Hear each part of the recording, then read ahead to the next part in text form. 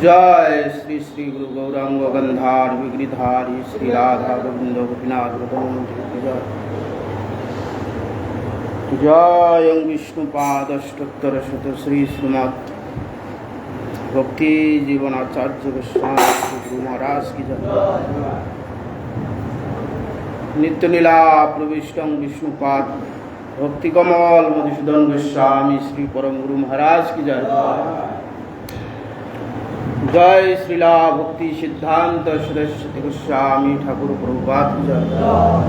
जय श्रीला गौर किशोर दास बाबा जी महाराज की जय। जय श्रीला सच्चिदानंद भक्ति विनोद ठाकुर की जय। जय श्रीला वैष्णव सार्वभौम जगन्नाथ दास बाबा जी महाराज की जय। जय गौरिया बलदेव विद्याभूषण प्रभु की जय। जय श्रीला विश्वनाथ चक्रवर्ती ठाकुर की जय। जय श्रीला नरोत्तम श्रीवास स्वानंद प्रभु की जय। जय श्रीला कृष्णदास कविराज गोस्वामी प्रभु की जय। जय श्रीला नमाचार्य हरिदास ठाकुर महाशय की जय। जय तुलसी महारानी की जय। जय भक्ति देवी की जय। जय भक्ति विघ्न भक्त विघ्न सर्व विघ्न विनाशनकारी भगवान सिंहदेव की जय। जय जगन्नाथ बलराम सुभद्रा देवी की जय। जय चैतन्य चरितामृत चैतन्य भगवत ग्रंथ राज की जय। जय एकादशी तिथि बरा की जय। जय हरिवास तिथि बरा की जय। अनंत कोटि वैष्णव वृंद की जय। रूपान गुरु वर्ग की जय। जय शिवाद भक्ति तो माधव महाराज की जय। भक्ति करण माधव महाराज की जय। समागत भक्तवृंद की जय। श्री श्री गुरु गौर प्रमानंदी। शिवानी जी कैसे? शिवानी गलो ओम अज्ञानतिमिरन्धस्य ज्ञानाञ्जनशलाकया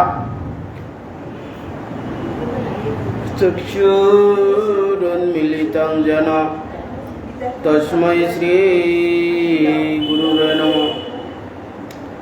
श्री ब्रह्ममर्द गौर्या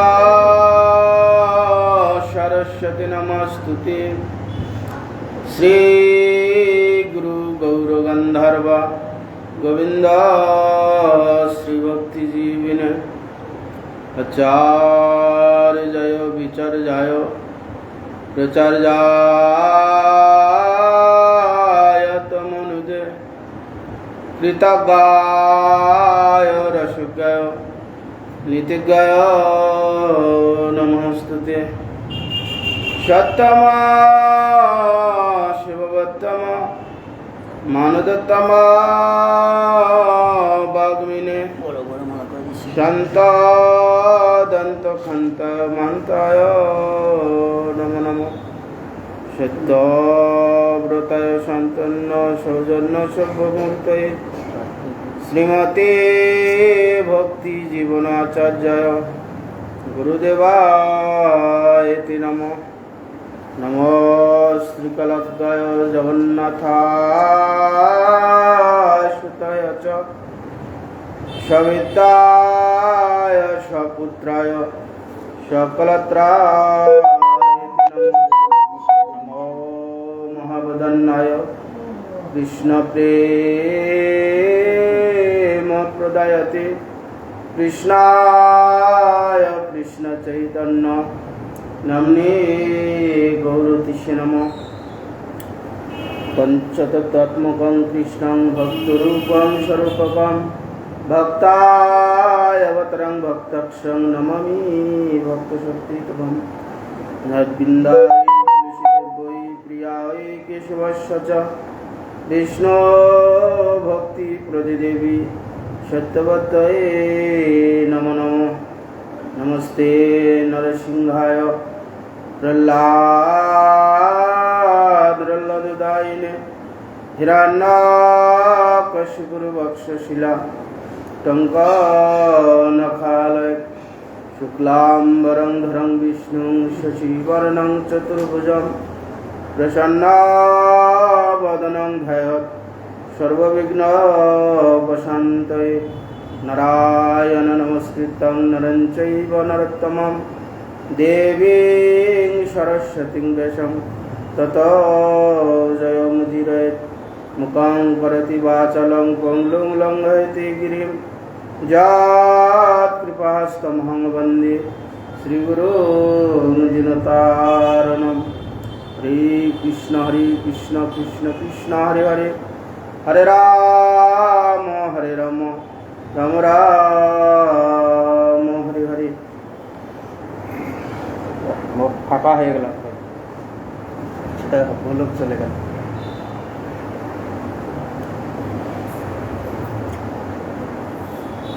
ग्रंथेर आरम्भ करे मंगलाचरण गुरु वैष्णव भगवान तिनेर स्मरणे है विघ्न विनाशन अनायासे है निज वंचित पूरण भक्तपद रेणुवार भक्तपद भक्त अवशिष्ट तीन साधु निर्बल।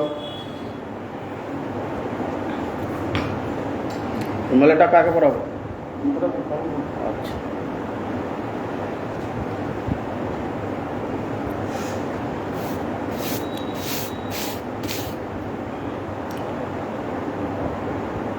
आज হচ্ছে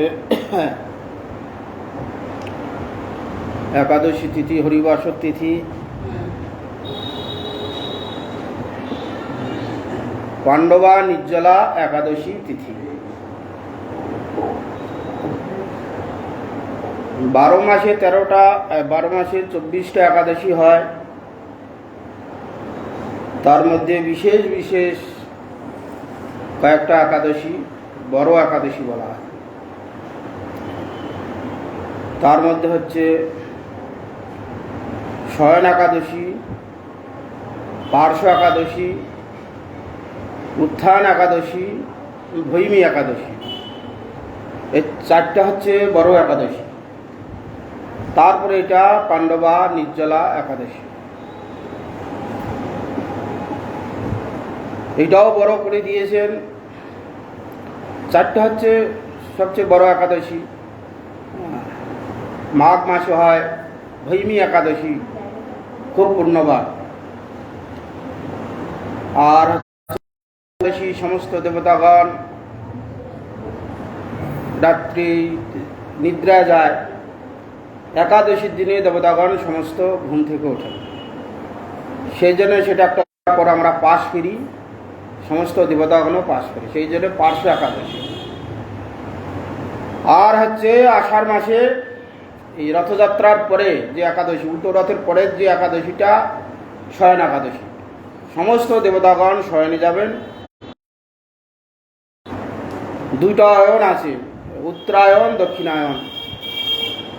মাঘ মাসে মকর সংক্রান্তি থেকে উত্তরায়ণ শুরু হয়। আমাদের যে পিতৃপুরুষগণের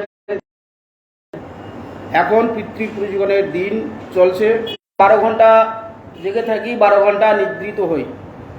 ঠিক দেবতাগণও 12 ঘন্টা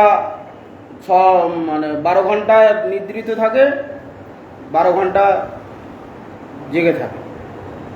এই কয়েকটা করতেই হবে। তার মধ্যে শয়ন একাদশী, পার্শ্ব একাদশী, উত্থান একাদশী, মাঘ মাসে হচ্ছে ভৈমী একাদশী, আর এইটা হচ্ছে পাণ্ডবা নির্জলা একাদশী। এইটা বিশেষ একটা ফল আছে। জ্যৈষ্ঠ মাসে তো প্রখর গরম, কীরকম কষ্টদায়ক এই দিনগুলো। এই সময় কেউ যদি নির্জলা একাদশী করে, দশমীর দিনে একবার খাবে, একাদশীর দিন সারাদিন উপবাস হরিনাম সহযোগে রাত্রি জাগরণ, হরি সংকীর্তনের সহিত রাত্রি জাগরণ যদি কেউ করতে পারে, সারা বছরে যে একাদশী করলে যে ফল লাভ হবে, জীবের যে ভক্তি সঞ্চয় হবে, একাদশী করা মানে কি? ভগবানের চরণে ভক্তি লাভ করা, ভগবানের চরণে ভক্তি লাভ করা, ভগবানের চরণে প্রীতি বিধান করা, ভগবান প্রসন্ন হন। সেই জন্য হরিবাসর তিথি, এই তিথিটা কি হরিময় হয়ে যায়। কীরকম হরিময়? একাদশীর উপবাস, উপবনের নিকটে হরির নিকটে বাস হচ্ছে কি নিরন্তর। আজকের এই তিথিটা হরিকে মনে করে দেয়। কীরকম মনে করে দেয়? আমরা সব সময় তো আমাদের একটা সারাদিনের একটা প্রত্যেক দিনের সিস্টেম আছে। সকাল হলেই উঠবো, কাজকর্ম করবো, 9টা বাজবে মুড়ি খাবো, 10টা 11টা বাজবে রান্নাবান্না করবো, 1টার সময় ভাত খাবো, আবার একটু বিশ্রাম, বিকালে আবার কিছু টিফিন করবো, আবার রাত্রে খাবো। প্রত্যেক দিনের আমাদের এইটা রুটিন আছে। একাদশীর দিনে কি হয়? আজকে একাদশী, আজকে অন্ন খাবো না কেন? আজকে হরিবাসর তিথি, একাদশী তিথি। একাদশী করলে ভগবান প্রসন্ন হন। আমাদের তো প্রত্যেক টাইমে আমাদের একটা অভ্যাস আছে, এই টাইমে হলে এইটা খাবো। যখন ওইটা মনে করে দিচ্ছে, সঙ্গে সঙ্গে মনে হচ্ছে না আজ একাদশী খাবো না, ভগবানের তিথি। এই বারবার ভগবানকে মনে করে দিচ্ছে। যখনই আমরা ভগবানকে মনে রাখবো, স্মরণ করব, ভগবানকে স্মরণ করলে, ভগবানের কথা কীর্তন করলে, ভগবানের চিন্তা নিরন্তর করলে ভগবানের নিকট বাস হয়। আমরা বৈকুণ্ঠ তো যাইনি, বৈকুণ্ঠ দেখিনি, হরি গুরু বৈষ্ণবের মুখে শুনি, যেটা শুনছি হরিময় কীর্তন, হরিময় তিথিটা হরির সাদৃশ্য। হরির কথা যখন যেখানে আলোচনা হয় সেখানে সাক্ষাৎ হরিই থাকেন।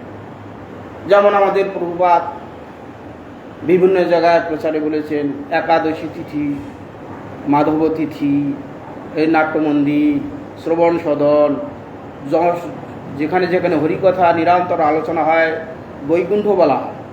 কেন? এখানে বৈকুণ্ঠেরই আলোচনা হয়। প্রত্যেক দিন তো আপনারা আসেন, এখানে কি কথা হয়? না কর্মকাণ্ডের কথা হয়, না জ্ঞানের কথা হয়। এখানে যা কিছু দুবেলা আলোচনা হয় হরিরই কথা হয়। ভগবানের সেবা, কিভাবে ভগবানের সেবা লাভ করা যাবে, কিভাবে ভগবানের সেবা হবে, কিভাবে ভগবানের সেবা করলে ভগবান প্রসন্ন হবেন, এই কথাগুলোই তো আলোচনা হয়, আলোচিত হয়। সেখানে সবসময় ভগবান অবস্থান করেন। সেই ব্যক্তিগুলো বৈকুণ্ঠেই বাস করেন। সেই জন্য ভগবত ভক্তগণকে বলা হয় বৈকুণ্ঠের পার্ষদ। যারা বৈষ্ণবগণ, এরা ভগবানেরই পার্ষদ, বৈকুণ্ঠের লোক, বৈকুণ্ঠের দূত। সেই জন্য একাদশী তিথিতে তাকে ভগবান ভক্তি দিয়ে দেন। এই জন্য আজকে বিশেষ এইসব একাদশী তিথিতে আমাদের মাধব তিথি বলা হয়। মাধব সাদৃশ্য নিরন্তর আমাদের ভগবানের কথা মনে করে দেয়। সেই জন্য এক সময় হয়েছিল কি, আমাদের পঞ্চপাণ্ডবগণের মধ্যে ভীমসেন হচ্ছে অত্যন্ত ক্ষুধার্ত, সব সময় ক্ষুধা লেগেই থাকে, খুব খেতে পারে। বৃক নামক ক্ষুধা তার পেটের মধ্যে আছে, রাক্ষস। ও খেয়ে উঠে আবার খেতে চায়, এইরকম তার ক্ষুধা, খেয়ে আর তার তৃপ্তি হয় না। তো একাদশীর কথা সমস্ত ভক্তগণ, পাণ্ডবগণ তো ভগবানেরই ভক্ত, যে ভক্তগণ একাদশী পালন করেন, ভীমসেনকে কৃষ্ণ বলছেন যে তুমি একাদশী ব্রত পালন করো। ভীমসেন বলছে, দেখো কৃষ্ণ, আমার যা ক্ষুধা, আমি নির্জলা একাদশী কোনো মতেই করতে পারবো না, আর আমি না খেয়ে থাকতে পারবো না, আমার দ্বারা সম্ভব নয়, না তোমাকে করতেই হবে। নিয়ম আছে একাদশীতে যে, সেই জন্য অন্যতে অনেক কিছু পাপ আছে। অন্যান্য দিন যে খাই, যা তো আমাদের জীবিকা নির্ভর ব্যবস্থা ভগবান করে দিয়েছেন, সেটা তো করতেই হবে। বিশেষ করে একাদশীর দিনে ওই অন্ন পঞ্চশস্য বর্জিত করা আছে, শাস্ত্রীয় ব্যবস্থা আছে। ধান, গম, যব, সুজি, তারপরে যে শ্যামা চাল ইত্যাদি ইত্যাদি, এগুলো নিষেধ আছে। এগুলো খেলে শস্যের যে দোষ, একাদশী অন্নের যে দোষ, সেই দোষগুলো ওই ব্যক্তিকে গ্রাস করবে, ওই ব্যক্তিকে দোষ করে তার যা পুণ্য ছিল সেই পুণ্যগুলো চলে যাবে। তো সেই জন্যে ভীম বলছে যে আমি ওসব করতে পারবো না। বলে অন্তত ওই 4টা করো। কি কি 4টা? শয়ন একাদশী, পার্শ্ব একাদশী, উত্থান একাদশী, ভৈমী একাদশী, যেটা মাঘ মাসে হয়। এটা পাণ্ডব নির্জলা একাদশী, ভীম একাদশী আর মাঘ মাসে যেটা ভৈমী একাদশী, 2টা আলাদা আলাদা। দেখে বলছে যে আমি কোনো মতেই করতে পারবো না, এই সারাদিন না খেয়ে থেকে আমার পক্ষে সম্ভব না। আরে অন্তত এই 4টা করো। আমি 4টাও করতে পারবো না। শেষে কৃষ্ণ বলে যে দেখো, তাহলে তোমাকে একটা এমন আমি ব্যবস্থা করে দিচ্ছি, একটা একাদশী করবে, সারা বছরে একবার করবে, তাহলে তোমার ওই 1 বছরে যে একাদশীর যে ফলগুলো সব আমি তোমাকে দিয়ে দেবো। যা, এইটা তোমার জন্য শুধু সার। হ্যাঁ, কেন এত ক্ষুধার্ত না খেয়ে থাকতে পারবে না? আর এই জ্যৈষ্ঠ মাসে এত গরম, মানুষ জল খেয়েও সে মানে প্রাণ আনচান করে, এত গরম। আর এই অবস্থায় দশমীর দিনে একবার খাওয়া, একাদশীর দিন সারাদিন নির্জলা, আবার সারা রাত নির্জলা থেকে রাত জাগরণ করে, জ্যৈষ্ঠ মাসে কি আজকে কি গরম বুঝতে পারছেন না? হ্যাঁ, এই নির্জলা দশমীর দিন একবার খেয়েছে, আজকে সারাদিন উপবাস, দুপুরে ঘুমাবে না, রাত্রে ঘুমাবে না, জল খাবে না, সারা রাত হরিনাম করতে করতে রাত্রি যাবে। ওই জন্য ভগবান সারা বছরের ফলটা দিয়ে দিয়েছে। অতএব এই একাদশীতে আমরা পুণ্য চাই না, স্বর্গ চাই না, মুক্তিও আমরা চাইব না। আমরা কি ভগবত চরণে ভক্তি লাভ করব। ভগবত চরণে ভক্তি লাভ করলে আমরা সেখান থেকে মুক্তি, ওর মধ্যে মুক্তি চলে আসবে। আর স্বর্গীয় সুখ তো তুচ্ছ। গীতা যে বলছে যাবৎ প্রবদন্তে স্বর্গে ক্ষীণপুণ্য মত্তলোকে ত্রিপন্না গতাগতাং কাবাকাবাং লবন্তে। স্বর্গে আমরা পুণ্য আদি দান ধ্যান আদি করলে পুণ্য হবে, পুণ্য হলে স্বর্গে যাব। স্বর্গে কতদিন? যতদিন এখানে পুণ্য, যে পরিমাণ আমরা পুণ্য করব সেই পরিমাণে স্বর্গে বাস করব। পুণ্য এখানে আস্তে আস্তে কমে যাবে, স্বর্গের আস্তে আস্তে পরমায়ু কমে যাবে। পুণ্য শেষ, আবার স্বর্গে পতিত হবে, আবার সেই মনুষ্য লোকে জন্ম হবে। অতএব স্বর্গ ক্ষণস্থায়ী, স্বর্গ আমরা চাইব না, মুক্তিও চাইব না। মুক্তি সেখানে আবদ্ধ। যদিও এখানকার থেকে এই ত্রিতাপ জ্বালা থেকে অনেক সুখ আছে, ব্রহ্মসুখ যেটা, তার থেকেও সেখানে ব্রহ্মসুখ বলছে গোষ্পদের ন্যায়। সেখানে ভগবানের সেবা যে সুখ, মুক্তিটা তার কাছে গোষ্পদের সমান। একটা গোষ্পদের জল আর সমুদ্রের জল কোনোভাবে মাপা যাবে? তা ভক্তি লাভ করলে আমরা সেখানে দাস্য, সখ্য, বাৎসল্য, মধুর, এই যে 5টা রস, 5টা রসের মধ্যে যে কোনো একটা রসে আমরা জীব আকৃষ্ট হয়ে সেখান থেকে যে অনির্বচনীয় সুখ, তার কাছে মুক্তি, তার কাছে জ্ঞান, তার কাছে সর্বতুচ্ছ কিছুই না। হ্যাঁ, সেখানে দাস্য ভাব, সখ্য ভাব, বাৎসল্য ভাব, মধুর ভাব, এই 5টা ভাবের পাওয়ার জন্যেই সমস্ত জীব কিলবিল সেই আনন্দ খুঁজে বেড়াচ্ছে। তো আমরা একাদশী ব্রত পালন করে কি চাইব? ভগবানের কাছে আমরা ভক্তি চাইব। 5টা আর গৌণ 7টা, এই 7, 5, 12টা রসের মধ্যে আমাদের ভগবানের সঙ্গে আমাদের সম্বন্ধ প্রয়োজন ইত্যাদি ইত্যাদি যা কিছু, কেন এই 12টা রস পাওয়ার জন্য। আর ওই রসটা পাওয়ার জন্য আমরা প্রত্যেকটা জীব কোটি কোটি জন্ম থেকে আমরা সেই অন্বেষণ করে বেড়াচ্ছি। একবারে পাহাড় জন্ম থেকে দেবতার জন্ম পর্যন্ত, ব্রহ্মার জন্ম পর্যন্ত সেই ব্রহ্মাও সেই সুখটা আনন্দ খুঁজে বেড়াচ্ছে। অতএব ভগবানের কাছে আমরা প্রত্যেকেই এই প্রার্থনা করব, হে ভগবান, আমরা যে ব্রত করছি, ব্রতের ফল কি? আপনার চরণে যেন আমাদের ভক্তি, অহৈতুকী ভক্তি লাভ হয়। এইটাই আমরা ভগবানের কাছে প্রার্থনা করব। এছাড়া আর আমাদের কিছুই যাওয়ার নেই। ভগবানের কাছে একটাই প্রার্থনা, আপনার শ্রীচরণে যেন আমাদের ভক্তি হয়। ভক্তি হলে সব কিছু এখানে পাওয়া যাবে। চৈতন্য ভাগবতে 3য় অধ্যায়। হেনমতে প্রভুর হইল অবতার,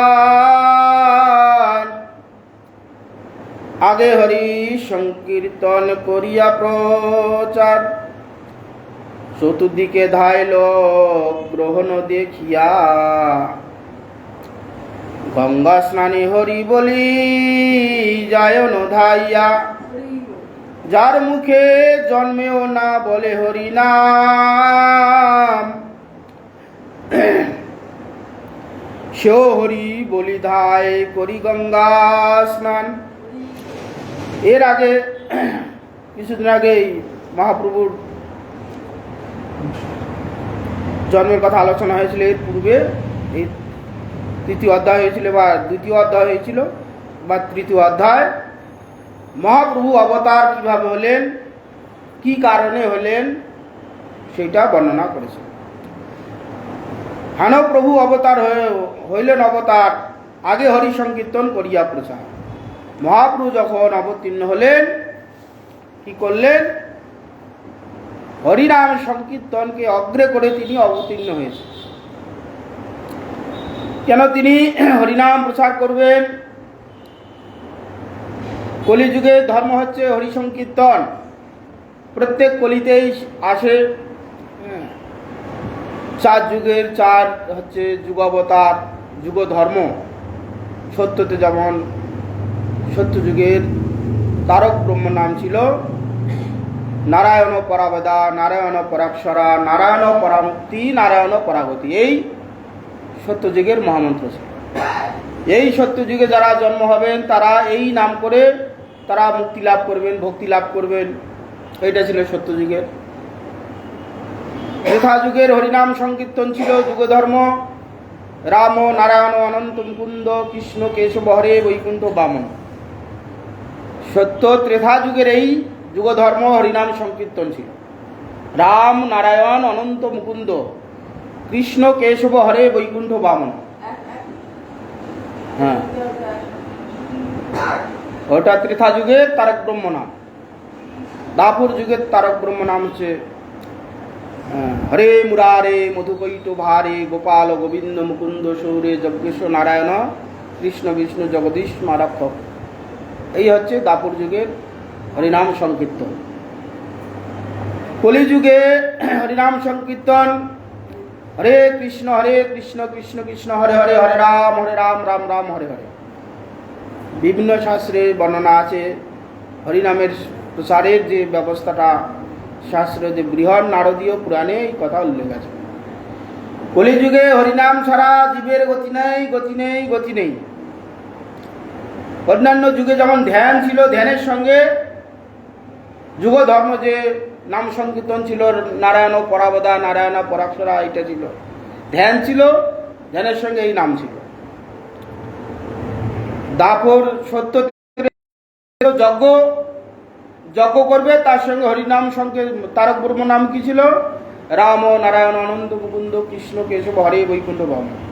যজ্ঞের সহিত এটা ছিল।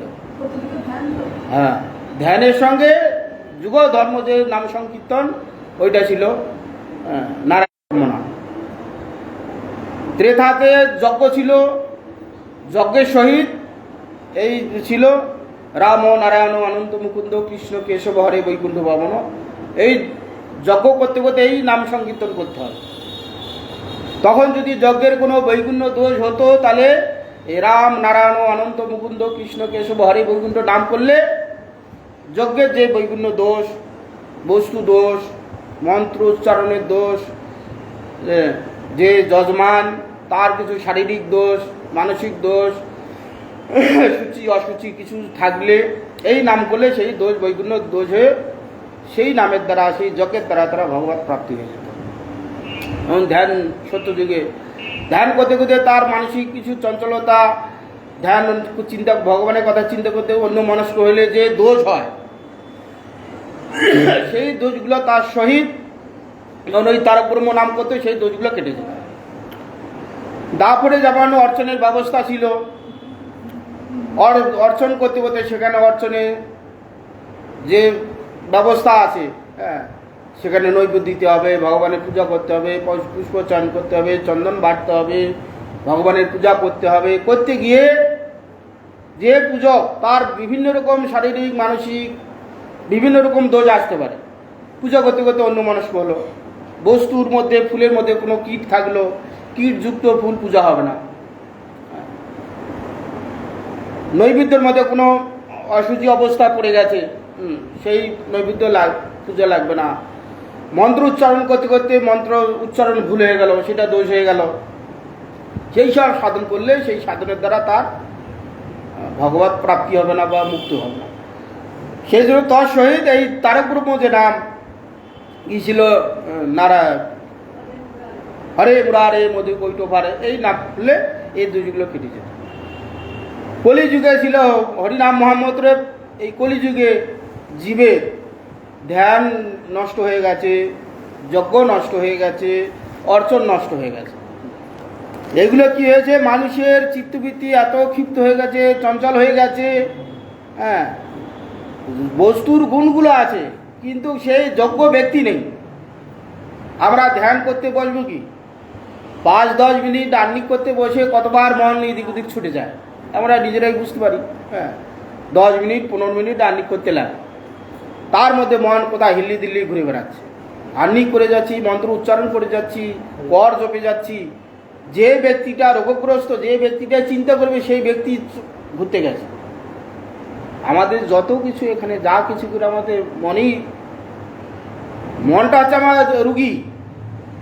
মনটার চিকিৎসা করার জন্য শাস্ত্রে এত বিধি এবং নিষেধ। যত শাস্ত্রে বিধি দিয়েছে, এই করবে সেই করবে, এই করতে হবে, তোমাকে এইভাবে চলতে হবে, এইভাবে জিনিস ব্যবহার করতে হবে, এইভাবে চলন চরিত্র করতে হবে, যত কিছু বিধি দিয়েছে আমার মনটাকে শিক্ষিত করার জন্য, মনের যে রোগ হয়েছে, বেদি হয়েছে, বেদিটা সারানোর জন্য। আবার শাস্ত্র যতগুলো নিষেধ করে দিয়েছে, অমুক করবে না, তমুক করবে না, এখানে যাবে না, এই খাবে না, সেই খাবে না, যত নিষেধ করেছে এই মনটাকে শোধন করার জন্য। তো সেই মনটা যখন আমরা আহ্নিক করতে বসি 10 মিনিট 15 মিনিট, ওইটুকুর মধ্যে দেখি আমরা মনটা কোথায় চলে যায়। আহ্নিক করছি, মন্ত্র জপছি, জীব উচ্চারণ করে যাচ্ছে মন্ত্র। যে ব্যক্তিটা রোগগ্রস্ত সেই ব্যক্তি কোথায় পুরী চলে গেছে, দিল্লি চলে গেছে, বহু আগে কোথাও ঘুরতে গিয়েছিল, সেইগুলো চিন্তা এসে বসে, সেই মনটা সেখানে চলে গেছে। এগুলো জীবের মুখস্থ করা অভ্যাস আছে, হাত চলার অভ্যাস আছে, হাত ঠিক চলে যাচ্ছে। তো সেই জন্য এই দোষগুলো, এই 3 যুগের যে কর্মগুলো, ধ্যান চলে গেছে, যজ্ঞ চলে গেছে, অর্চনের গুণগুলো আছে কিন্তু মানুষের সে যোগ্যতা নেই, সেগুলো চলে গেছে। অতএব কলিযুগের মানুষের এই চিত্ত চঞ্চলতা দেখে শাস্ত্রকারগণ শাস্ত্র বলে দিলেন যে এর দ্বারা হবে না, একমাত্র কি হরিনাম সংকীর্তন। হরিনাম সংকীর্তন করতে করতে আর কোনো চিন্তা নেই। হরিনামের মধ্যে সমস্ত শক্তি ভগবান দিয়ে দিয়েছে। ধ্যান করতে হবে না, যজ্ঞ করতে হবে না, অর্চন করতে হবে না, সমস্ত শক্তিগুলো হরিনামের মধ্যে দিয়েছেন। কেউ যদি নিরন্তর হরি সংকীর্তন করেন, খাইতে শুইতে চলতে, কি ভোজনে কি শয়নে কিবা জাগরণে, অহর্নিশি চিন্ত বলহ বদনে, নিরন্তর হরে কৃষ্ণ কৃষ্ণ কৃষ্ণ হরে হরে, হরে রাম রাম রাম হরে হরে, এতে কোনো বিধি নিষেধ নেই। খাইতে শুইতে চলতে, এবং কি এতে মলমূত্র ত্যাগ করার সময় হরিনাম করবে, কেন সেই সময় মৃত্যু হতে পারে। কলিযুগে এইরকম পাওয়ার দিয়েছে। সব সময় করতে করতে তার অভ্যাস হয়ে যাবে, বাস ভগবানের কথা চিন্তা করতে করতে, ভগবানের নাম করতে করতে প্রাণ চললে বাস সঙ্গে সঙ্গে ভগবত প্রাপ্তি। অন্যান্য যুগে যে সাধনগুলো ছিল, মানুষের যে চিত্তবৃত্তি ছিল, কলিযুগে সেগুলো নষ্ট হওয়ার জন্যে মহাপ্রভু অবতীর্ণ হলেন। একসঙ্গে প্রভু করেন 5-7। এই কলিযুগে, এই দাপর যুগে ভগবান কৃষ্ণ এসেছিলেন। কৃষ্ণই তার প্রেম বিতরণ করে গিয়েছিলেন। তার অবশিষ্ট যে কিসের জন্য এসেছিলেন, কি কারণে এসেছিলেন, কৃষ্ণ প্রেমটা কি, সেইটা আবার জানানোর জন্য কৃষ্ণ নিজেই গৌরূপে এসে সেটা জগৎকে জানিয়ে গেলেন। কেন সেখানে কৃষ্ণ যখন অবতীর্ণ হলেন, ঈশ্বর পরমকৃষ্ণ সচ্চিদানন্দ বিগ্রহ অনাদির আদি গোবিন্দ সর্বকারণের কারণ ভগবান কৃষ্ণ হচ্ছেন স্বয়ং ভগবান। স্বয়ং ভগবান বলা হচ্ছে এই জন্যে ভগবানের অনেক অবতার আছে, মৎস্য কুর্ম বরাহ নৃসিংহ ইত্যাদি ইত্যাদি 10 অবতার, কোথাও 24 অবতার, বহু অবতার আছে। তো বিশেষ হচ্ছে ভগবান কৃষ্ণচন্দ্র স্বয়ং ভগবান বলা হচ্ছে কেন, তিনি দ্বাদশটা রসে পরিপূর্ণ ভগবান। সবাই মৎস্য কুর্ম, ভগবান নৃসিংহ, বামন, এরা সবাই ভগবান, ভগবানেরই অংশ, কিন্তু কেউ কলা, কেউ অংশ। সেই জন্য কৃষ্ণকে স্বয়ং ঈশ্বর পরম কৃষ্ণ বলা হচ্ছে, পরমেশ্বর, পরমেশ্বর ভগবান, পরম ঈশ্বর। কেন অন্যান্য যে অবতারগণ আছেন তিনি স্বয়ং ভগবানই। ভগবান হলো তিনি তার রসগত ভেদে তার ভগবত্তা আলাদা আলাদা প্রকাশ হয়েছে, কিন্তু ভগবত্তাকে আলাদা আলাদা প্রকাশ ভেদ করা যাবে না। যেমন মৎস্য অবতারে একটা রস আছে, কৃষ্ণের 12টা রস আছে। কুর্মতে একটা রস আছে, কৃষ্ণের 12টা রস আছে। নৃসিংহতে দাস্য বাৎসল্য রস 2টা আছে। সেটা ভেদ করা যাবে না, একই রসগত ভেদে সেখানে কোথাও পরিপূর্ণ আছে, কোথাও অংশ আছে। তা আমরা যদি 12টা রস ভগবানের পরিপূর্ণ আছে, 12টা রসের দ্বারা যদি আমরা ভগবানের সেবা করতে চাই কোনো জীব, কেন আমাদের সে যোগ্যতাগুলো সব আছে। 12টা রসের যোগ্যতাটা সমস্ত আমাদের মধ্যে ভগবান দিয়ে রেখেছেন।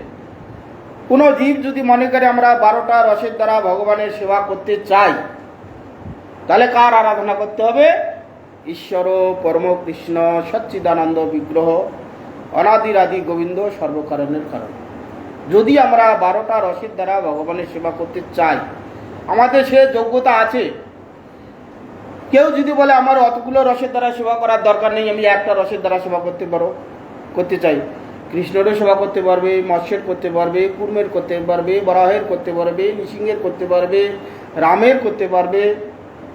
কিন্তু আমার যেহেতু সমস্ত যোগ্যতাগুলো আছে, আমি সমস্ত যোগ্যতার দ্বারা 12টা রসের দ্বারা ভগবানকে সুখ দিতে পারি, আমি নিজেও সুখী হতে পারি।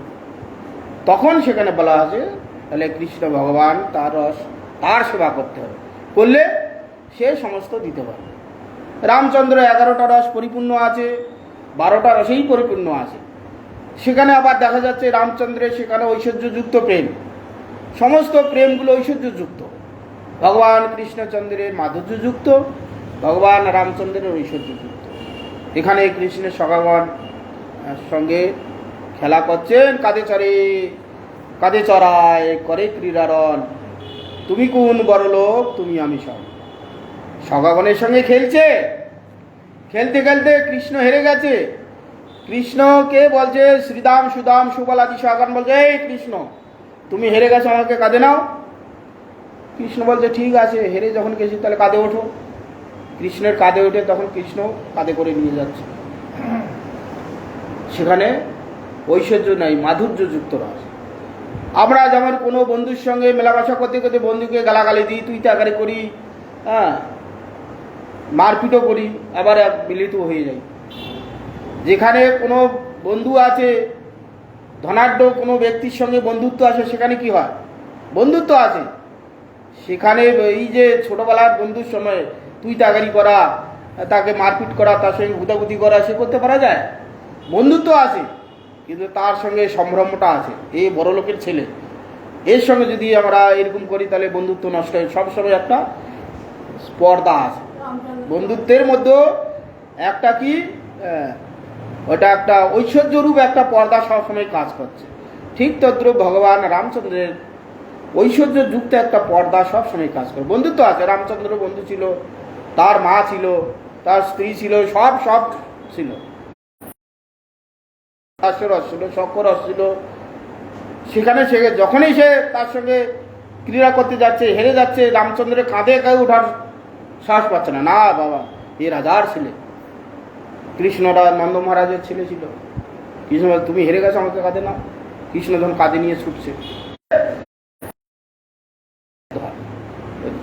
দ্বিতীয় সীতা ছাড়া দ্বিতীয় কোনো পত্নীকে তিনি স্বীকার করতে পারবেন না।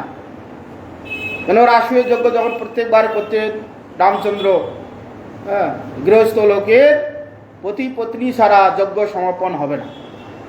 তাহলে রাজা যেহেতু পালিত যে পশু পক্ষী, অতিথি, হ্যাঁ, গরিব দুঃখী পাড়া পরিস্থিতিবাসী, এদের সুবিধা অসুবিধাতে সাহায্য করলে ভূত ঋণ শোধ হয়।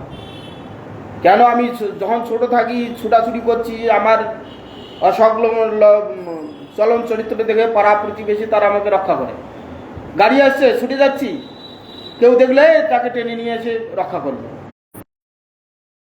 এদের কাছে আমরা ঋণ। যখন রামচন্দ্র লীলা সমাপন করবেন, সীতা গৃহে গেছেন যে হে সীতাগণ, আমার তো আমি লীলা সমাপ্ত করব, দেবতাগণের আদেশ হয়ে গেছে, এবার আমি চলে যাব। সমস্ত সীতাগণ বললেন যে প্রভু আমরা তো আপনার পত্নী।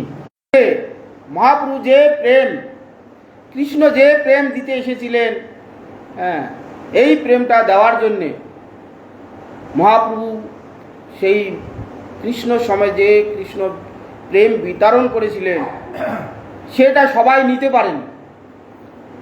কিছু কিছু সংখ্যক নিয়েছে, হ্যাঁ, সেইটাকে আবার বৃহৎভাবে প্রসার করার জন্যে রাধাকৃষ্ণের যে প্রেম, কৃষ্ণ নিজেই আবার গোপীগণের ঋণ শোধ করার জন্যে তিনি কৃষ্ণ নিজেই আবার গোপীভাবে এসে এই প্রেমটা শোধ করেছেন। গোপীগণের কাছে কৃষ্ণ ঋণী ছিলেন। কীরকম?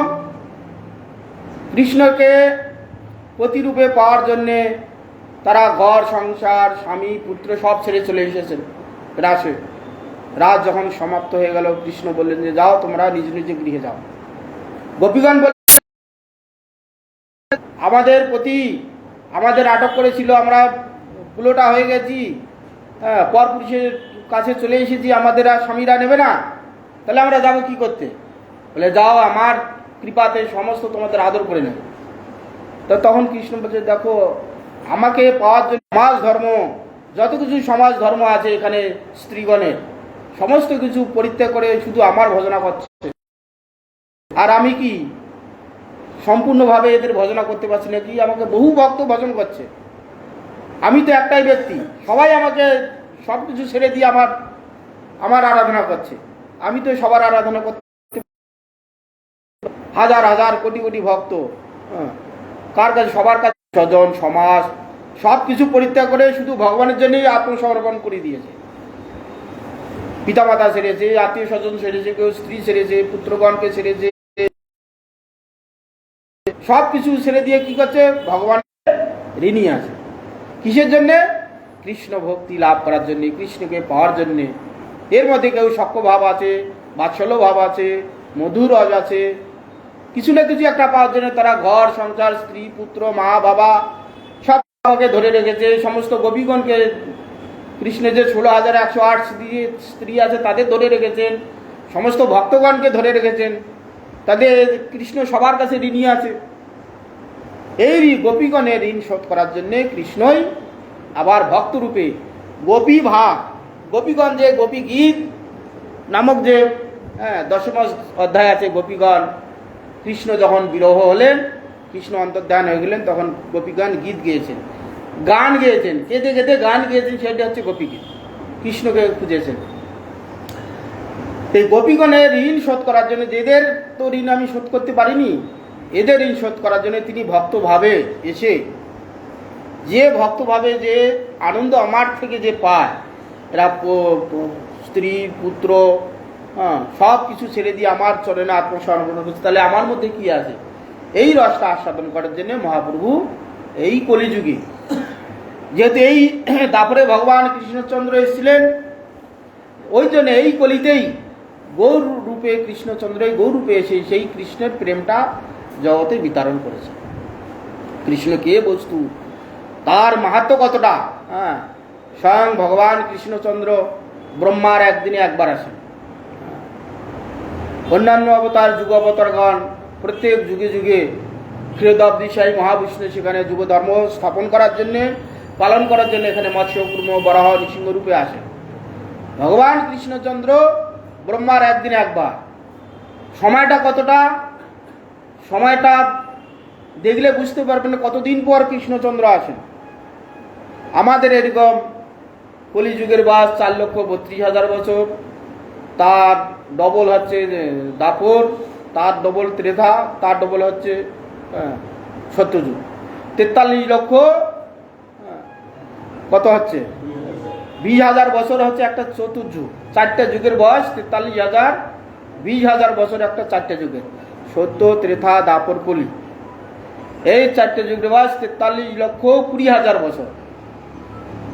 এইরকম 71টা চতুর্যুগ হলে ব্রহ্মার একদিন হবে 12 ঘন্টা। তাহলে এটা যোগ করুন, তাহলে কত হচ্ছে। আবার এরকম এতটা সময় ধরে ব্রহ্মার রাত থাকবে, যেটা ব্রহ্মকল্প বলা হয়। 71টা চতুর্যুগ হলে একটা মন্বন্তর হবে, এরকম 14টা মন্বন্তর হলে ব্রহ্মার একদিন। তাহলে বুঝতে পারছেন কতটা সময়। তাহলে মাথায় আসবে এতদিন পর ভগবান কৃষ্ণ একবার আসে, 432 কোটি বছর। চিন্তা করা যায়, এতদিন পর কৃষ্ণ একবার আসেন। এইটাকে আবার 14 গুণ হবে, এক বেলা, এক রাত, কতটা সময় 24 ঘন্টা হবে। ব্রহ্মার 24 ঘন্টা হবে। ওই ব্রহ্মার প্রত্যেক দিন দুপুরবেলা আসেন কৃষ্ণচন্দ্র একবার। আজকে ব্রহ্মার দুপুর হয়ে, দুপুর চলছে এখন, কৃষ্ণচন্দ্র অবতীর্ণ হয়ে গেছেন। ঠিক 12টার সময় কৃষ্ণচন্দ্র অবতীর্ণ হন। ব্রহ্মার যখন ঠিক মধ্যাহ্ন 12টা হয়, তখন এই ভগবান কৃষ্ণচন্দ্র আবির্ভূত হন, তারপরে কলিতে আসেন। এই জন্যে কৃষ্ণের এতটা মহিমা। এই মহিমাকে কৃষ্ণ বাড়ানোর জন্যেই আমি সবসময় আসি না, আর সবসময় সে মানুষের সেই সৌভাগ্য হয় না। আমরা ভাগ্যবান, আমরা যে কৃষ্ণচন্দ্রের এত মহিমা, কতদিন পর কৃষ্ণচন্দ্র আসেন, সেই কলিযুগেই, সেই দাপরে শেষে সেই কলিতে আমরা এসেছি। কৃষ্ণকে আমরা কিভাবে পাচ্ছি?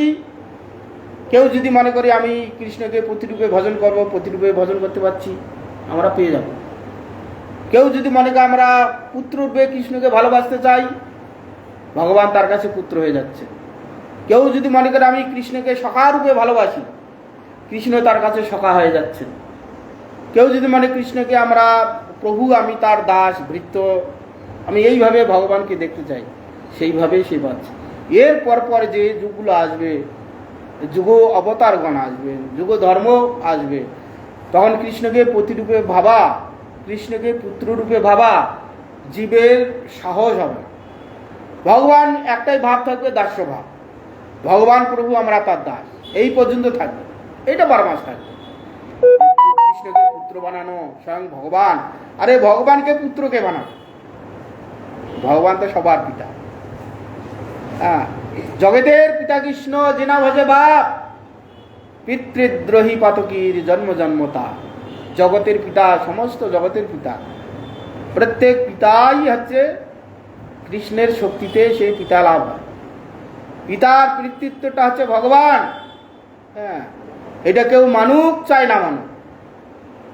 একটা বাবা ইচ্ছা করলে একটা পুত্র সন্তান জন্ম দিতে পারবে না, কারো ক্ষমতা নেই। মায়ের মাতৃত্বটা হচ্ছে ভগবান, ভগবান মাতৃ জঠরূপে ভগবান সেখানে আছেন। কোনো যদি মা মনে করে আমি পুত্র জন্ম দিয়েছি, ভগবান যতক্ষণ সহায় না হবে ততক্ষণ কোনো মায়ের ক্ষমতা নাই একটা পুত্র গর্ভে ধারণ করা। ভগবান সেখানে পিতৃরূপে আছেন, ভগবান মাতৃরূপে আছেন, তবেই সেখানে গর্ভধারণ হবে, পুত্র লাভ হবে। সেই জন্য শাস্ত্র জগতের পিতা কৃষ্ণ, জেনা ভজে বাপ, জগতের পিতা, সমস্ত জগতের পিতা। যত এখানে পিতা আছে, পশু পক্ষী থেকে যত দেবতা পর্যন্ত যারা পিতা নামে আখ্যা আছে, সেই পিতার পিতৃত্বটা স্বয়ং ভগবান। তো সেই জন্যে ওই রকম যে পিতা, তাকে পুত্র বানাবে কার সাহস আছে? একমাত্র কৃষ্ণকেই বানা যায়। ভগবানের যে লীলা অবতার, রামচন্দ্রকে বানানো গেছে, তার মধ্যে অনেকে মৎস্যকুর্ম তো হয়নি, বামন দেব আছে, তার মধ্যে সেগুলো মধুর রসের ব্যাপার নেই, বাৎসল্য রস পর্যন্ত, শক্র রস পর্যন্ত শেষ। এই রস আস্বাদন করার জন্যে তিনি স্বয়ং এই কলিযুগেতে, এই দাপর যুগে এসেছেন। সেই দাপর যুগের শেষে আমরা জন্মগ্রহণ করেছি, আমরা এসেছি সেই জীবগণ।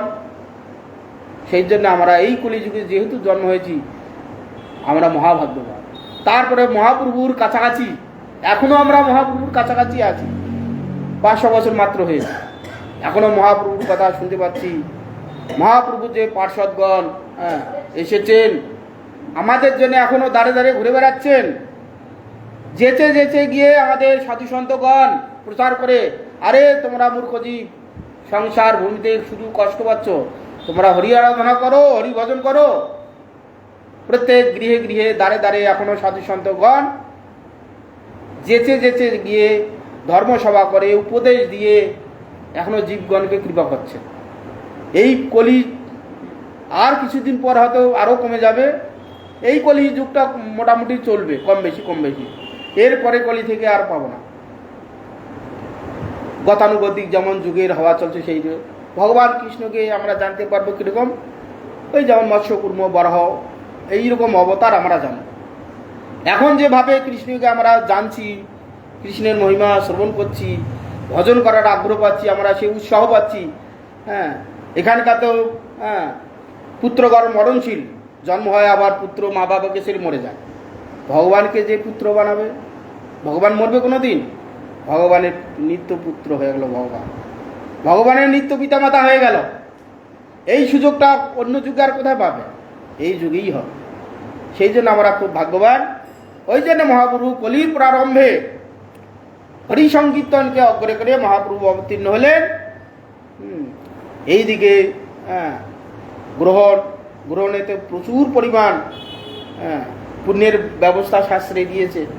চন্দ্রগ্রহণ হচ্ছে, গ্রহণে বলা হচ্ছে ওই গ্রহণকালে কেউ যদি একটা চণ্ডালকে দান করে, কোটি ব্রাহ্মণকে, সাগ্নিক ব্রাহ্মণকে দান করার ফল পাবে। যদি গ্রহণেতে একটা চণ্ডালকে কেউ যদি কিছু দান করে, 1 টাকা কি 2 টাকা 5 টাকা,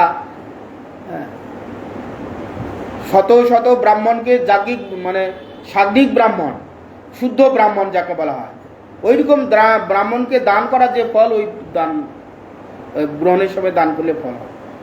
যে গ্রহণের সময় ওইরকম ব্রাহ্মণকে দান করে তাহলে কি ফল হবে? চন্দ্রগ্রহণ কিংবা সূর্যগ্রহণ। গঙ্গা চান করলে, পুকুরে একটা চান, ডোবায় চান করলে যা ফল হবে, গ্রহণের সময়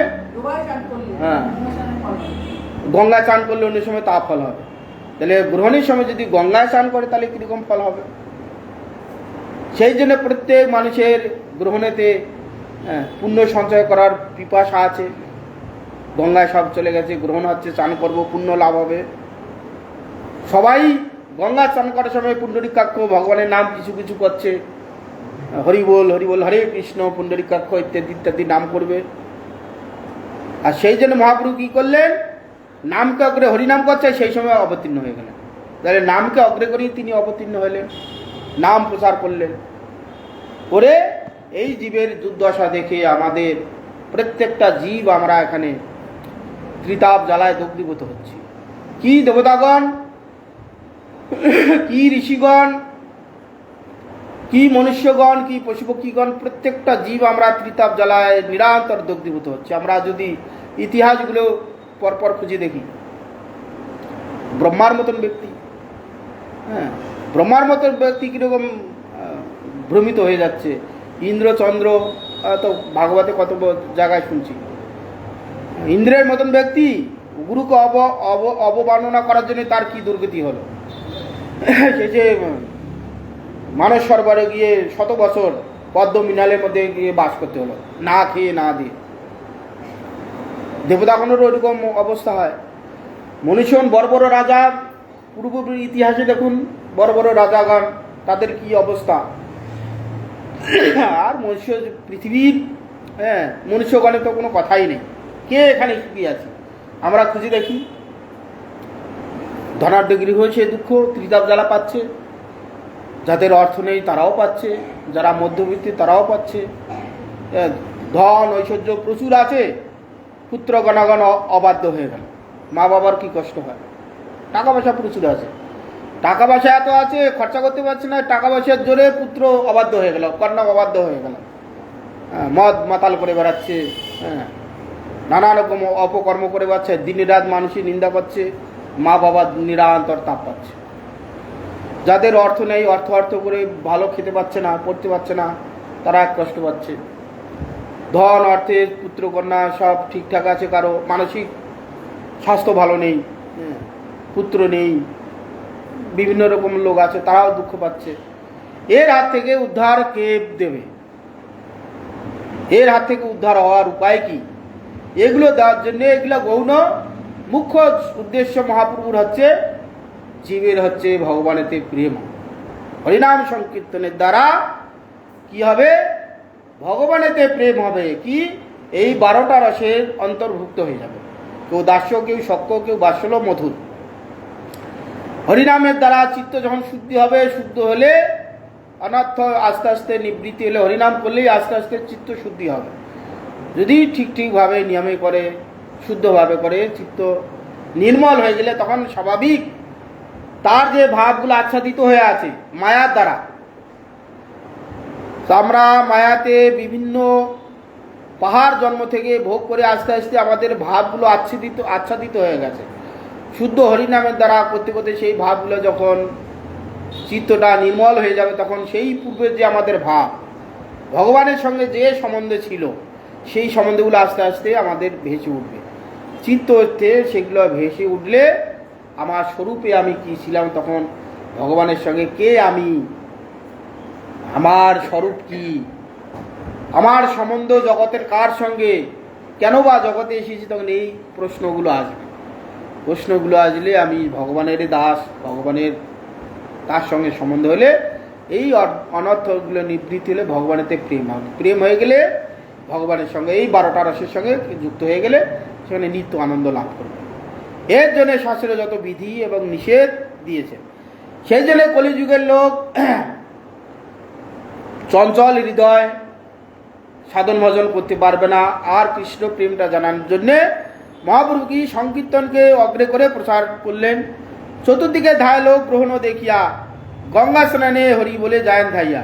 এই যে পুণ্য লাভ হবে, বেশিরভাগ লোক তো পুণ্যকামী, ভক্তি চায়, এই জগতের কিছু ধন দৌলত, মান সম্মান, প্রতিষ্ঠা কে না চায়?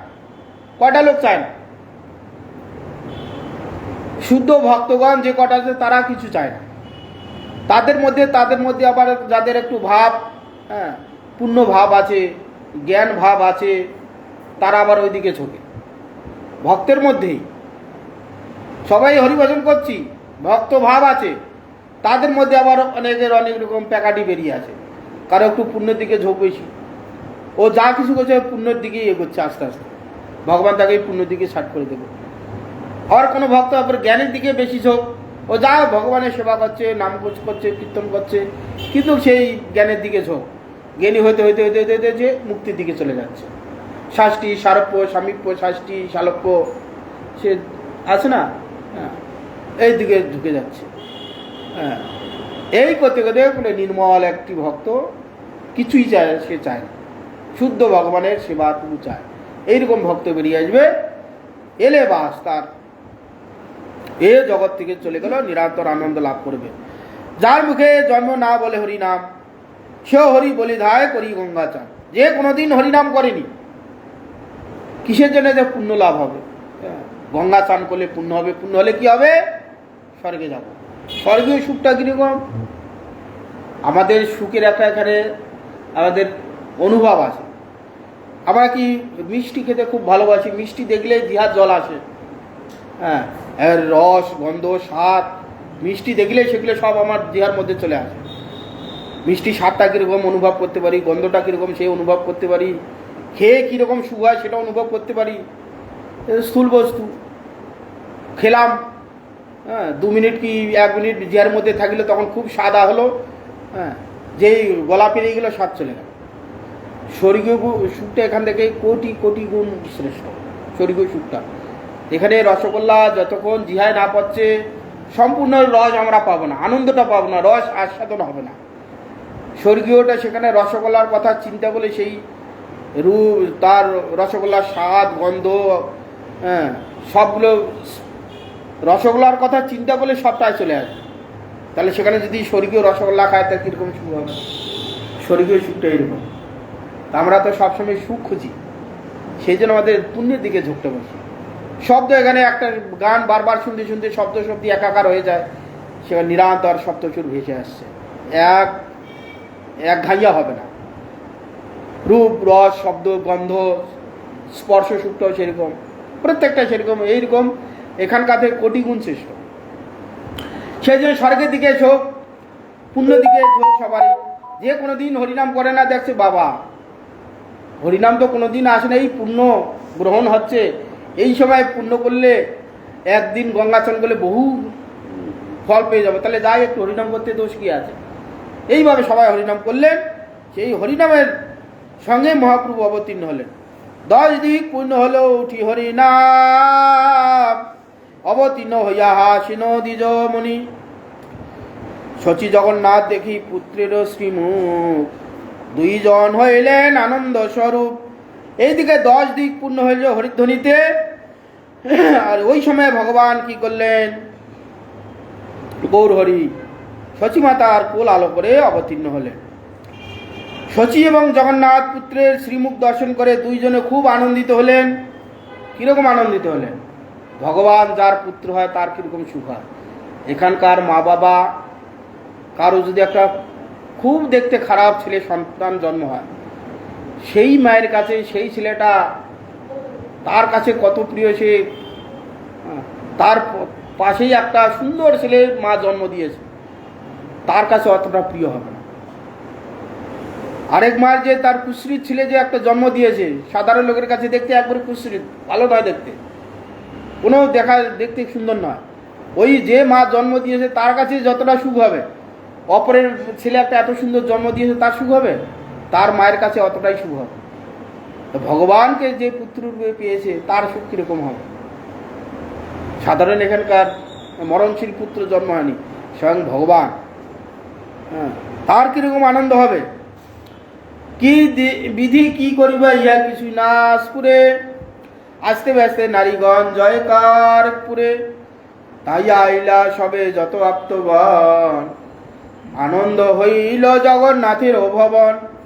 কি বিধি কি করিব কিছুই না স্ফুরে, পুত্রের মুখ দেখে কি করবে, কি করা উচিত, আনন্দে আপ্লুত হয়ে গেছে, আর কিছু বুঝতে পারছে না।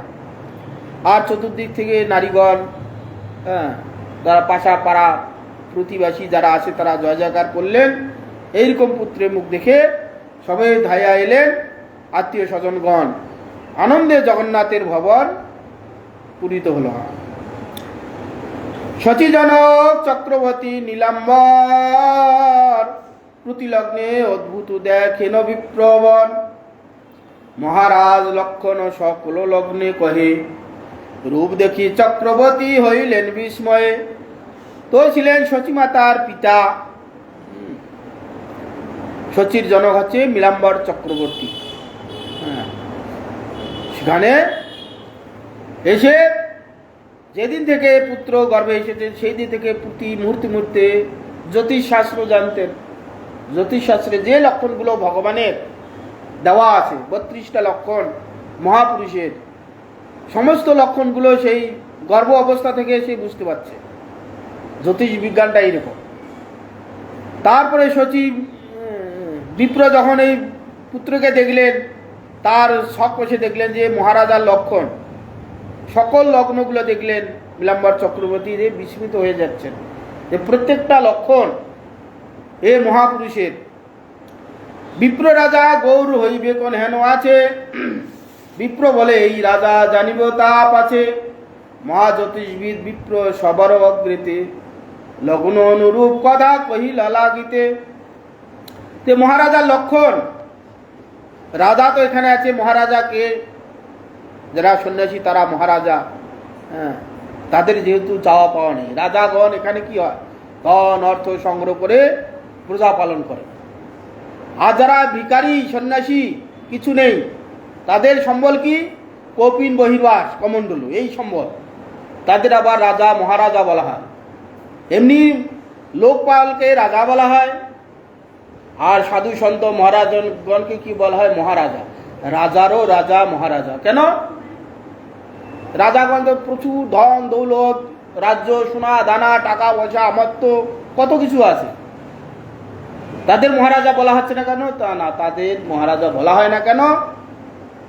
তাদের চাহিদা আছে, তাদের সম্পূর্ণ চাহিদা পিপাসা মেটেনি। এক রাজ্য থেকে আরেক রাজ্য দখল। আমাদের বাংলারই ছিল হোসেন শাহ, কি করতে? বাংলার রাজা ছিল, বিহারের রাজা ছিল, আসামের রাজা ছিল, তা সত্ত্বেও শুধু রাজ্য দখল করে বেড়াচ্ছিল। তার প্রধানমন্ত্রী ছিলেন হচ্ছে কে? সনাতন গোস্বামী। তখন বলে আমি রাজকার্য করতে পারবো না, রূপ সনাতন, এই সমস্ত পরিবার। আর মহারাজা কেন? এদের সম্বল কি? এদের কিছুই নেই, একটি কৌপিন, বহির্বাজ আর কমণ্ডল, এই এদের। কেন? এরা বিশ্বে থেকে সমস্ত হাত তুলে নিয়েছে, চাওয়া পাওয়া সব ভুলে গেছে। ভগবান যখন যেভাবে চালাবেন সেইভাবে চলবো। জগতের কোনো চাহিদা নেই, জগতের কোনো বস্তু পাওয়ার পিপাসা নেই, সমস্ত জগৎ ভগবানের। আমরা ভগবানের আরাধনা করছি, ভগবানের সেবা করছি, ভগবানের সেবা করলে আমরা সব কিছু পেয়ে যাব। আমাদের এখানে আর কোনো চাহিদা নেই। যারা সাধু সন্তগণ মহারাজগণ চান, এই জন্য তাদের রাজা রাজা মহারাজা বলা হয়। তো সেই জন্য এখানে দেখা যায় যে লক্ষণ মহারাজার লক্ষণ কি? সন্ন্যাসীর লক্ষণ। রাজারাও সন্ন্যাসীর কাছে গিয়ে প্রণাম করে। আমাদের যে বর্তমান রাজা নরেন্দ্র মোদী, দেখা যাচ্ছে সেই সাধুগণের কাছে গিয়ে নমন করছে, জোড়হাত প্রণাম করছে। সবাই তাকে গিয়ে, গোটা ভারতবর্ষের লোক, গোটা পৃথিবীর লোক নরেন্দ্র মোদীর কাছে হাত জোর করছে। ওই নরেন্দ্র মোদী আবার কি করছে? সাধুগণের কাছে গিয়ে জোড়হাত করছে, সাধুগণকে প্রণাম করছে। কেন? এ রাজা রাজা মহারাজা, সমস্ত কিছু ছেড়ে দিয়েছে। কি ভগবানকে উৎসর্গ করেছে, ভগবান সবার রাজা, তার চরণে আত্মসমর্পণ করে দিয়েছে।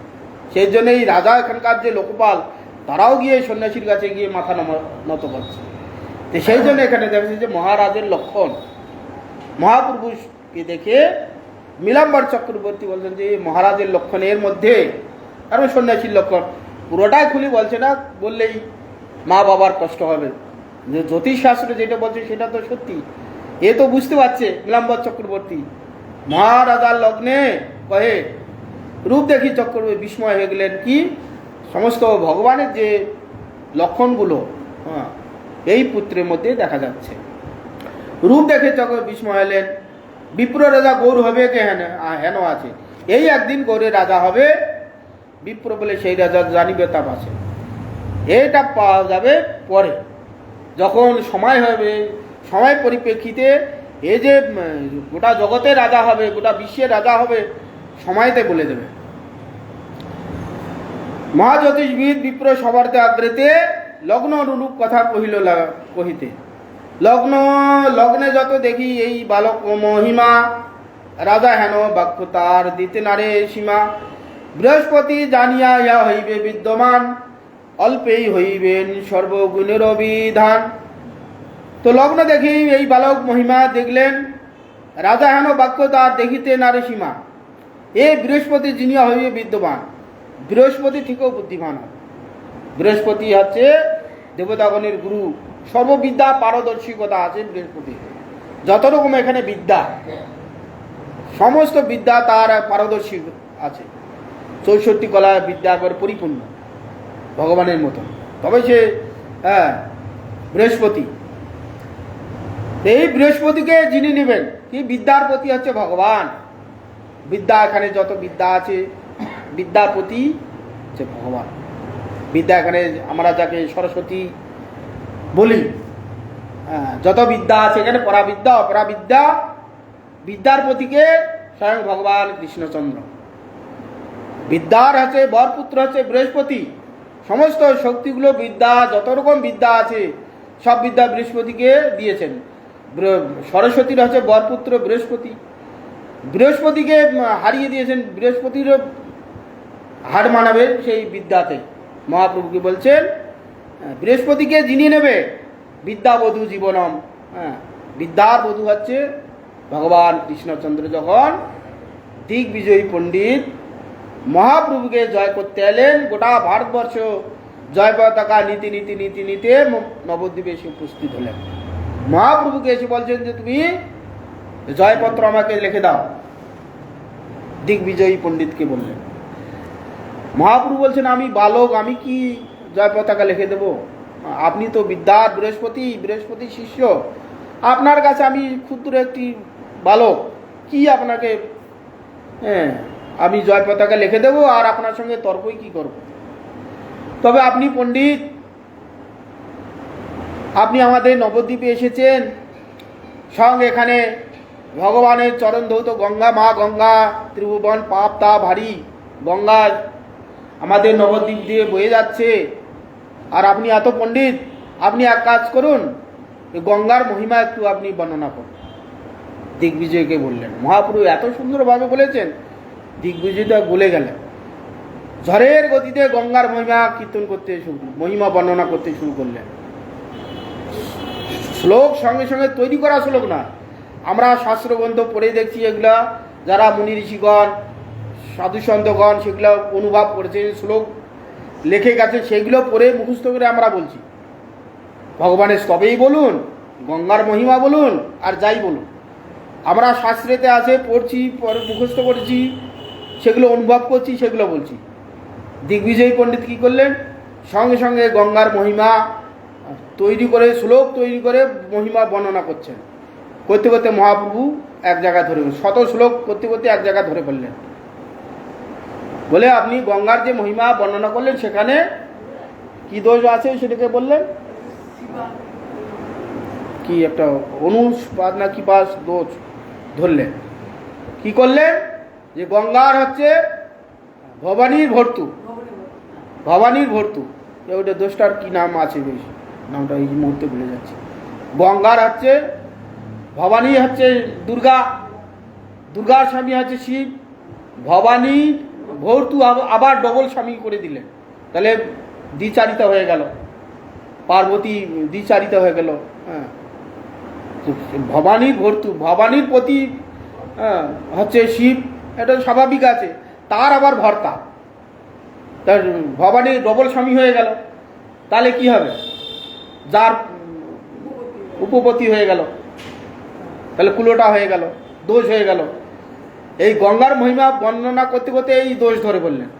মহাপ্রভু দিগ্বিজয় করলেন, সর্বনাশ, আমি ঝড়ের গতিতে শ্লোক তৈরি করে করে বর্ণনা করছি, আমার পাণ্ডিত্য স্বয়ং সরস্বতী আমার জিহায় আবিষ্ট হয়ে আছে, বসে আছে, আমি সরস্বতীর বরপুত্র, জিহায় আমার সরস্বতী নিরন্তর নৃত্য করছে, সেই জন্য আমি গঙ্গার শ্লোক তৈরি করে ঝড়ের মতন, আবার থেমে থেমে না, ঝড়ের মতন কথা বলছে, তার মধ্যে শ্লোক তৈরি করছে আর তারপরে বর্ণনা করছে, আমরা মিলিয়ে করতে করতে আবার ওখানে দোষ হয়ে গেছে। তার মধ্যে শত শ্লোকের মধ্যে একবার করে শুনেছে, দুবার করে বলেনি, শুনতে শুনতে আবার কোথা দোষটা আমার ধরে ফেলেছে। তাহলে এ কে? দিগ্বিজয় বলছে, তাহলে এ কে? সাক্ষাৎ শব্দ ব্রহ্ম। খুব মাথা ঘাবড়িয়ে গেছে, জলের মতন বলছি, ঝড়ের মতন বলছি, শ্লোক তৈরি করে তার মধ্যে একবার করে বলছি, শুনি আবার সেটা দোষ ধরে আবার মনে রেখেছে। এ কে? এ বস্তুটা কে? এ সাধারণ ব্যক্তি নয়, সাক্ষাৎ শব্দ ব্রহ্ম। রাত্রে গিয়েছে তার যে আরাধ্য দেবী সরস্বতীর কাছে বলছে, কেন আমার এই ভুল হলো? কে ব্যক্তি? আপনি আমার সঙ্গে প্রসন্ন আছেন, তার সাথে আমার এরকম হলো, কে ব্যক্তি? তখন রাত্রে সরস্বতী দেবী বলছে, আরে মূর্খ, তুই যখন গঙ্গার এইরকম মহিমা বর্ণনা করছিলি, আমি তোর কাছে গেলাম, কি আমার প্রতি সেখানে সামনে বসে আছে, তার কাছে কিভাবে আমি দাঁড়াই? আপনার প্রতিকে, যার সঙ্গে তুমি কক্ষা লচ্ছ, সেই যে গৌর হরি, গৌর সুন্দর, জগন্নাথ মেশের পুত্র, সে তো আমার প্রতি, সে শব্দ ব্রহ্ম, আমি তার সেবিকা, প্রভুর কাছে আমি কি করে তাকে হারাই? যাও, তার কাছে তুমি মাথা নত করো, তার কাছে জয় পতাকা হার মেনে নাও, তাহলে তোমার মঙ্গল তাতেই। তখন দিগ্বিজয় পণ্ডিত মহাপ্রভু হার স্বীকার করলেন।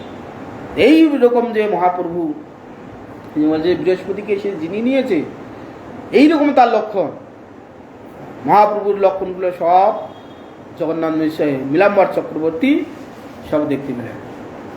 থাক আজ এই পর্যন্ত।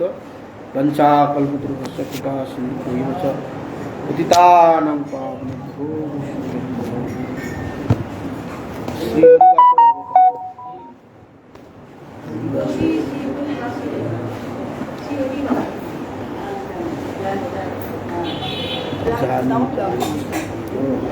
কত পাতা আছে গো শ্রীমা 67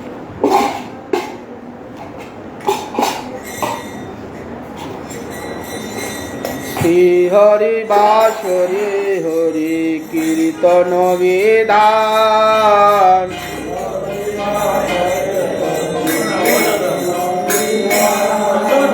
শ্রী হরি বাসরে হরি কীর্তন বিধান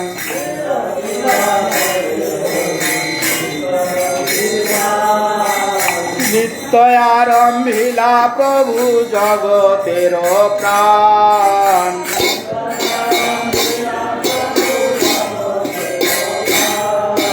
নিত্য আরম্ভিলা প্রভু জগতের প্রাণ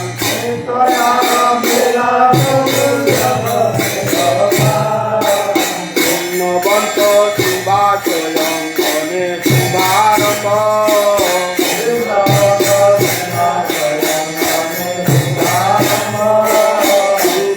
কীর্তন ধনী গোপাল গোবিন্দ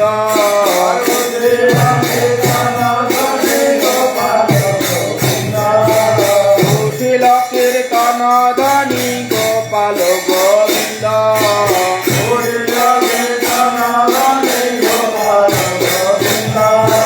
সবারে অঙ্গেতে শোভে চন্দন মালা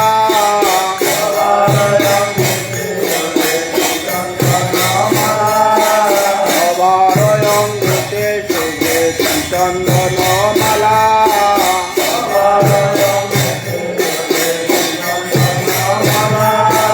আনন্দে নাচে কৃষ্ণ রসে হরি বলা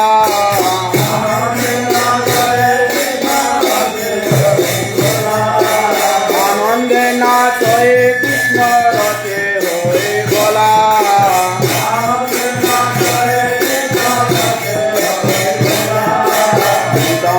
মন্দিরাবাদে শান্ত করতাল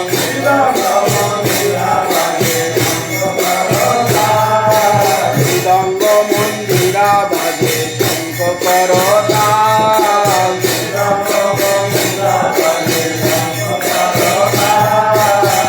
কীর্তন সঙ্গে সব হইল বিশাল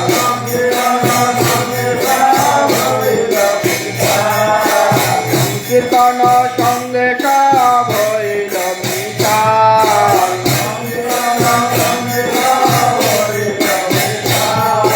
ব্রহ্মাণ্ড বেদিল ধ্বনি করিয়ায় আকাশ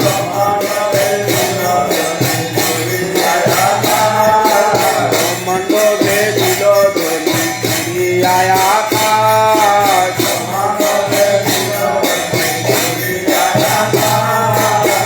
দিকে রয়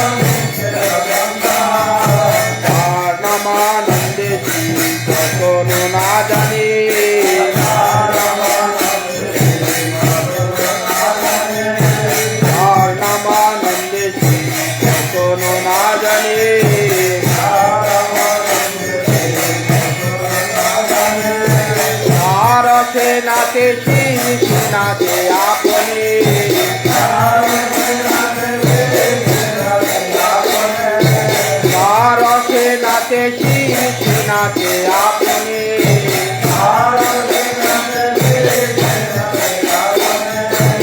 আর নামে বাল্মীকি হইল তপোধন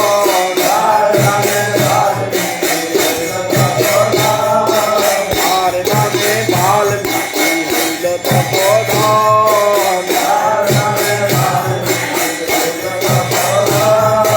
তার নামে আদামিল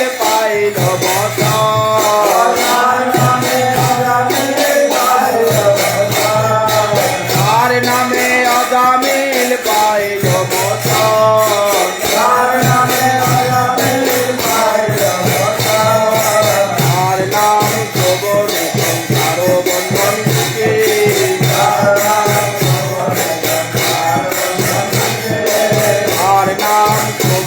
সংসার বন্ধন থেকে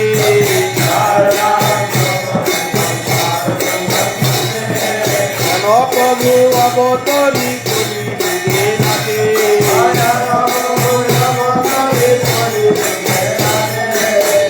প্রভু অবতরী কলিযুগে নাচে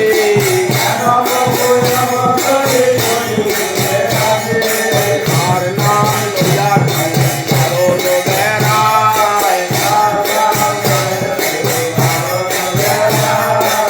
আর নাম লইয়া ভারত বেড়ায় হস্তবদনে প্রভু যার গুণ গায় হস্তবদনে প্রভু যার গুণ গায়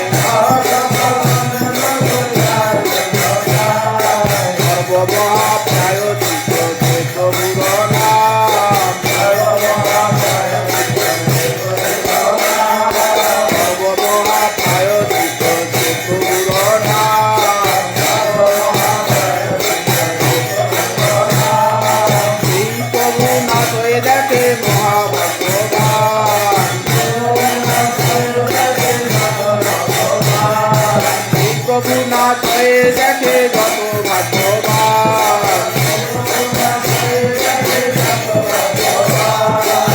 আনন্দে নাচে প্রভু মহাপ্রভু বিশ্বম্ভর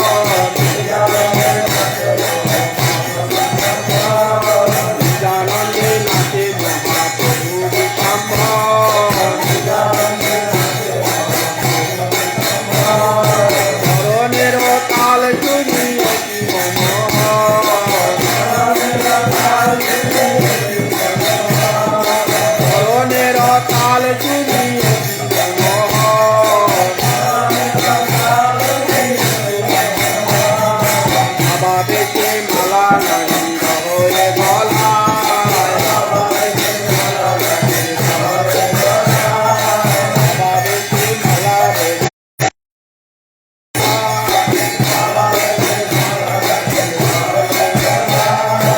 ইন্ডিয়া পর হয়ে গিয়া ভক্তের ভাই ইন্ডিয়া পর হয়ে গিয়া ভক্তের ভাই স্বভাবে নাচে গৌরচন্দ্র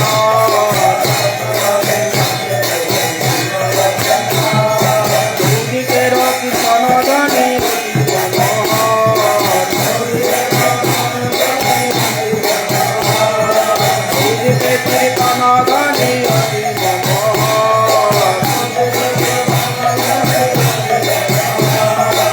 কৃষ্ণ চৈতন্য নিত্যানন্দ সাহায্যার চৈতন্য নিত্যানন্দ সাহায্যার বৃন্দাবন দাস তুতি কত যুগে গায়